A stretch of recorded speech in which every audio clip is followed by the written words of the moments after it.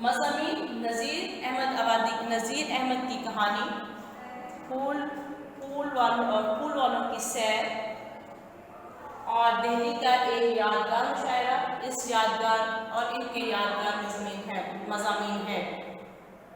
ان کے مضامین میں نذیر احمد کی کہانی، پھولوں کی سیر اور دہلی کا ایک یادگار مشاعرہ جو ہے ان کے مضامین کے اہم ہیں۔ اب ان کے کتب کون سی ہیں؟ ان کے مضامین میں مرزا فرد اللہ کے نام سے شائع اور وہ قادر الکلام شاعر بھی تھے، ٹھیک ہے، یہ شاعری بھی کرتے تھے۔ میری شاعری ان کے کلام کا اہم انتخاب ہے۔ یہ تھا اس کا تعارف مرزا فرد اللہ بیگ کا۔ اب ہے سبق امتحان، ٹھیک ہے، جو مرزا فرد اللہ بیگ نے لکھا ہے۔ اب میں اس کا خلاصہ آپ لوگوں کو بتاؤں گی۔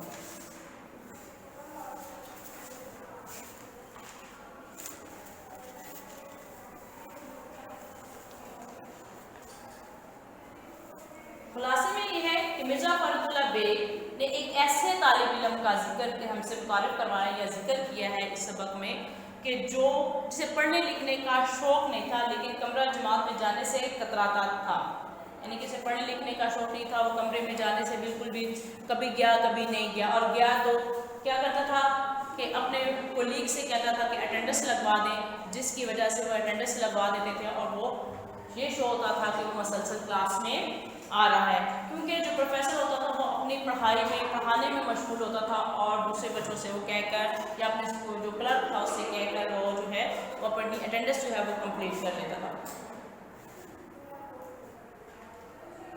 تو والدین تو یہی سمجھتے تھے کہ ہمارا بچہ روز ڈیلی جو ہے وہ کالج جاتا ہے اور لا کی کلاس میں ہے تو بہت اچھا وکیل بنے گا،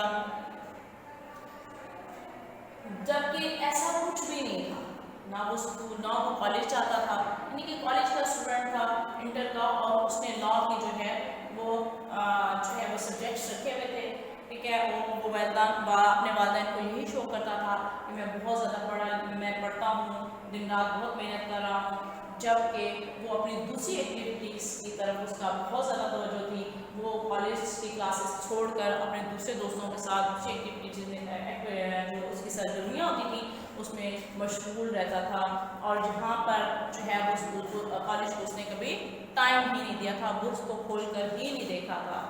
تو جب کالج کے جو ہیں جب کالج کا جو ہے امتحان کا ٹائم آتا ہے، ٹھیک ہے، پیپرز کا ٹائم آتا ہے، تو ڈیفینیٹلی اس نے پڑھائی میں کچھ نہیں ہوتا، اس کو کچھ بھی نہیں آتا، اور وہ کمرہ جماعت میں جب وہ آتا ہے تو وہاں پر جب وہ بیٹھتا ہے تو پیپرز کو دیکھتا ہے، پیپر کو کھولتا ہے اور دیکھتا ہے کہ اس کو اس کی کلاس بھی اس میں سے نہیں آتا، کبھی وہ آگے والے سے پوچھتا ہے، کبھی وہ پیچھے والے سے پوچھتا ہے، کبھی دائیں دیکھتا ہے، کبھی وہ بائیں دیکھتا ہے، مگر اس کا کوئی اس کی مدد نہیں کرتا ہے۔ تو ایسے اسٹوڈنٹس جو پڑھتے نہیں ہیں، پورا سال نہیں پڑھتے ہیں، ٹھیک ہے، دوسری ایکٹیویٹیز میں جو ہے سرگرم رہتے ہیں، اس کو کالج کو ٹائم نہیں دیتے ہیں، اپنی اسٹڈیز کو ٹائم نہیں دیتے ہیں، وہ بیسکلی یہ سمجھ رہے ہوتے ہیں کہ ہم لوگ اپنے استاد کو یا اپنے والدین کو جو ہے وہ چکما دے رہے ہیں، دھوکہ دے رہے ہیں، یا ہمارے والدین کو پتہ نہیں چلے گا۔ تو بیسکلی ایسے جو اسٹوڈنٹس ہوتے ہیں، ایسے طالب علم جو ہوتے ہیں، وہ اپنے آپ کا نقصان کر رہے ہیں، اپنے آپ کو دھوکہ دے رہے ہیں۔ مصنف بیسکلی ایسے ہی اسٹوڈنٹ کے بارے میں بتا رہا ہے جسے تعلیم سے دلچسپی نہیں ہے، اور وہ پھر دلچسپی جب امتحان کا وقت آتا ہے تو وہ دوسرے جو ہے وہ کام کرنے کی، یعنی کہ پاس ہونے کے لیے وہ منفی طریقے استعمال کرتے ہیں، منفی طریقے سے یعنی کہ رشوت، ٹھیک ہے، نقل یا رشوت دے کے وہ جو ہے وہ اپنے آپ کو کہتے ہیں کہ ہم لوگوں نے پاس ہونا ہے۔ تو اس میں یہی کہا جا رہا ہے کہ جب امتحان کا طریقہ آتا ہے تو موقع آتا ہے وہ کچھ بھی نہیں کر پاتے ہیں، چنانچہ پاس ہونے کے لیے منفی رخ اختیار کرتے ہیں، اور پھر ایسے اسٹوڈنٹس کا جو ہے وہ کیا ہوتا ہے کہ ناکامی جو ہے وہ مقدر بن جاتی ہے، ٹھیک ہے، اور وہ آخر کار جو ہے انہیں ناکامی سے دوچار ہونا پڑتا ہے۔ یہ تھا سبق کا خلاصہ، جس میں ایک طالب علم کے بارے میں بتایا گیا ہے جو لا کلاس کا جو ہے اسٹوڈنٹ ہوتا ہے، مگر اسے پڑھنے لکھنے سے کوئی دلچسپی نہیں ہوتی ہے، اور جب امتحان میں آتا ہے تو وہ ناکامی کا سامنا اس کو کرنا پڑتا ہے۔ یہ تھا آپ کا خلاصہ۔ آج ہماری کلاس یہیں تک ختم ہوتی ہے، انشاءاللہ کل اس کے مشقی سوالات کے ساتھ حاضر ہوں گی۔ مگر آپ بلیک بورڈ پہ دیکھیں آپ کو اعراب جو ہے وہ سبق کے لگے ہوئے نظر آ رہے ہیں. پلیز آپ لوگوں نے اپنی بک پہ اعراب لگا لینے ہیں. اللہ حافظ، انشاءاللہ کل ملاقات ہوگی.